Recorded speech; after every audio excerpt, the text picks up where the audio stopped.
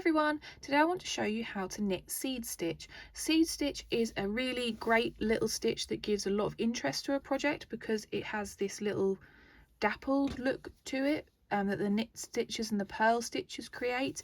It's great for using as an edge on the outside of blankets that you're knitting that have an integrated edge in it. It just looks a little bit more interesting than garter stitch, and it's also a great stitch if you're wanting to practice knitting and then purling. If you're new to knitting and you've just been doing rows of one or the other and you're wanting to up your skills, then this is a great stitch to get started on because it's a 1 row repeat, this version, and it helps you learn how to transition your knits to your purls and keep an even tension.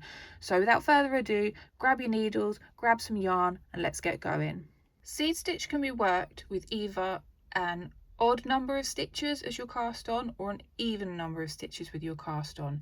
When you're first getting going with seed stitch, I would definitely recommend that you go with the odd cast on, which is what I'm going to show you today.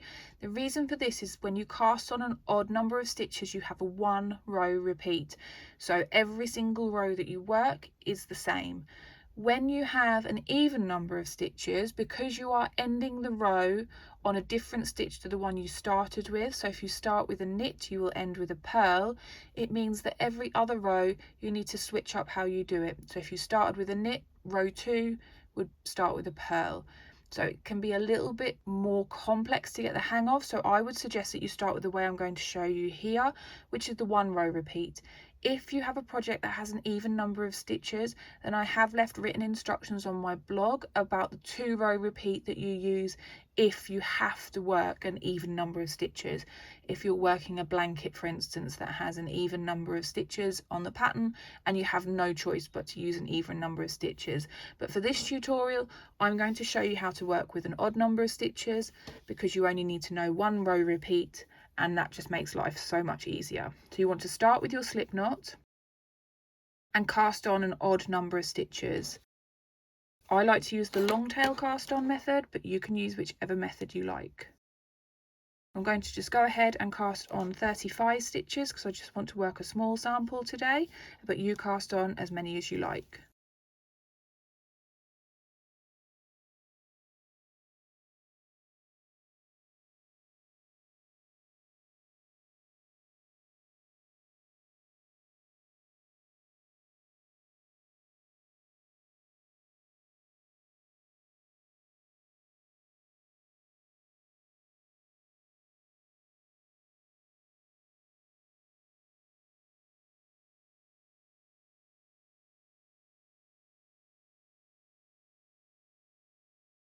So I've cast on 35 stitches.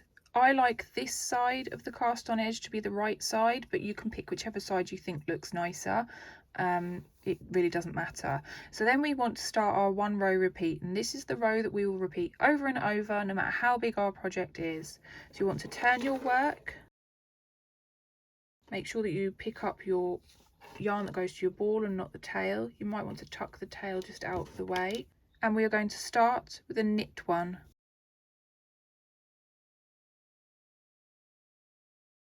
Then our next stitch is a purl. However you choose to purl is up to you. And then we repeat that process all the way along. So knit 1, purl 1, all the way along your work.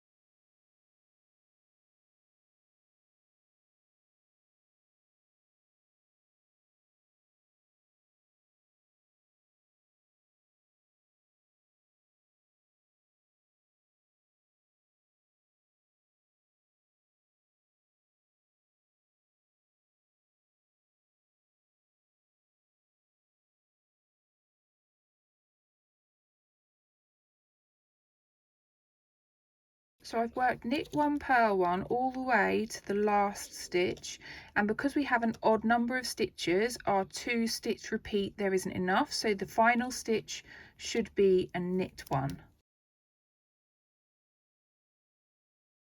You want to turn your work, and the concept with seed stitch, if you are wanting to read your knitting a little bit, is that although these stitches here, these little bumps, there are knit stitches from the opposite row, but on this side of our work, once we turn it round, they're purl bumps. So on this row, we're still working on knit one, purl one, repeat all the way along, but what you should be doing is knitting the purl bumps and purling the knit stitches. So you can see here the first stitch we've got is a purl bump, and we want to knit that stitch. So we're still starting every row with a knit stitch. Then we want to purl the next and repeat that knit one, purl one all the way across again.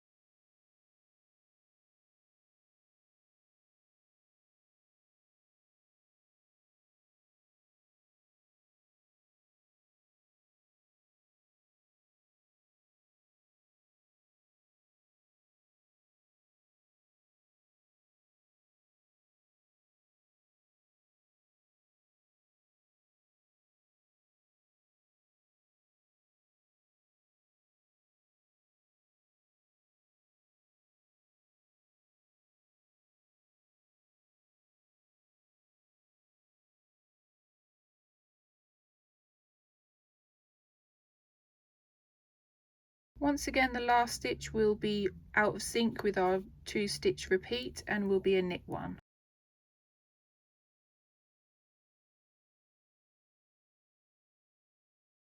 You can see the stitch pattern starting to form, and it's by alternating your knit and your purls that gives you the nice alternating stitch that you get once you work a bigger sample.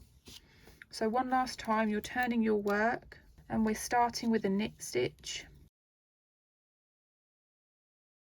and we're going to knit one and purl one all the way across until the last stitch, and then we are going to knit the last stitch.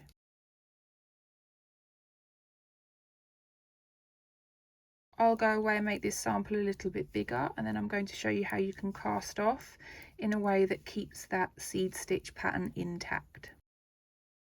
I've gone away and added a few more rows onto this now, and you can see the seed stitch pattern developing really nicely. And so we're now going to imagine that I'm done. I want to cast off, and I want to maintain the integrity of the project. So whichever side you pick as your right side, so if you've picked this side, you can see that I like this side showing it has the little run of cast on along the bottom. Lots of people don't like that, they prefer that to be the wrong side. And then on the wrong side you just have the stitch pattern. So whichever side you prefer, it doesn't matter, you still always want to cast off on a row where this little edge is facing you and your tail from your cast on is at the left hand edge of your work, because when you cast off you will get this same line along the top edge, and so it's nicer and neater to have them both on the same side. And to maintain the integrity of our seed stitch, when we're working just this basic cast off, you still want to maintain your stitch pattern. So you want to knit the first stitch, purl the second stitch, and then lift the first stitch over the second stitch. Then, because we've just purled the previous stitch, we want to knit the next stitch and lift that stitch over the stitch we've just knitted. And this is where it helps to read your knitting. So you can see that this is a stitch that we purled on the previous row, so it appears as a knit stitch facing us now. So we want to purl that stitch and then pass the first stitch over the second stitch. So when you're casting off, you don't want more than 2 stitches on your needles. Again, the next stitch is a knit stitch,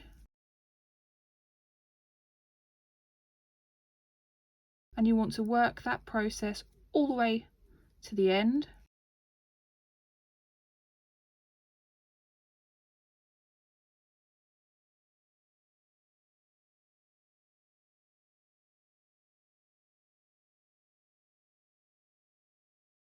When you get to your last stitch, you want to carry on that same process, and you've just got one loop left on your needles. You've run out of stitches. You want to break your yarn and pull the tails all the way through that final stitch, and you'll see that the way we've cast off leaves both sides looking the same top and bottom, so they match, and that just gives you a more consistent project. And that's how you knit seed stitch. I really hope you've enjoyed this tutorial. If you use this stitch in any of your projects, then please tag me in your projects. I love to see what you're all up to and see how you're using my tutorials to create all these amazing things. And I'll see you again for another tutorial soon. Bye!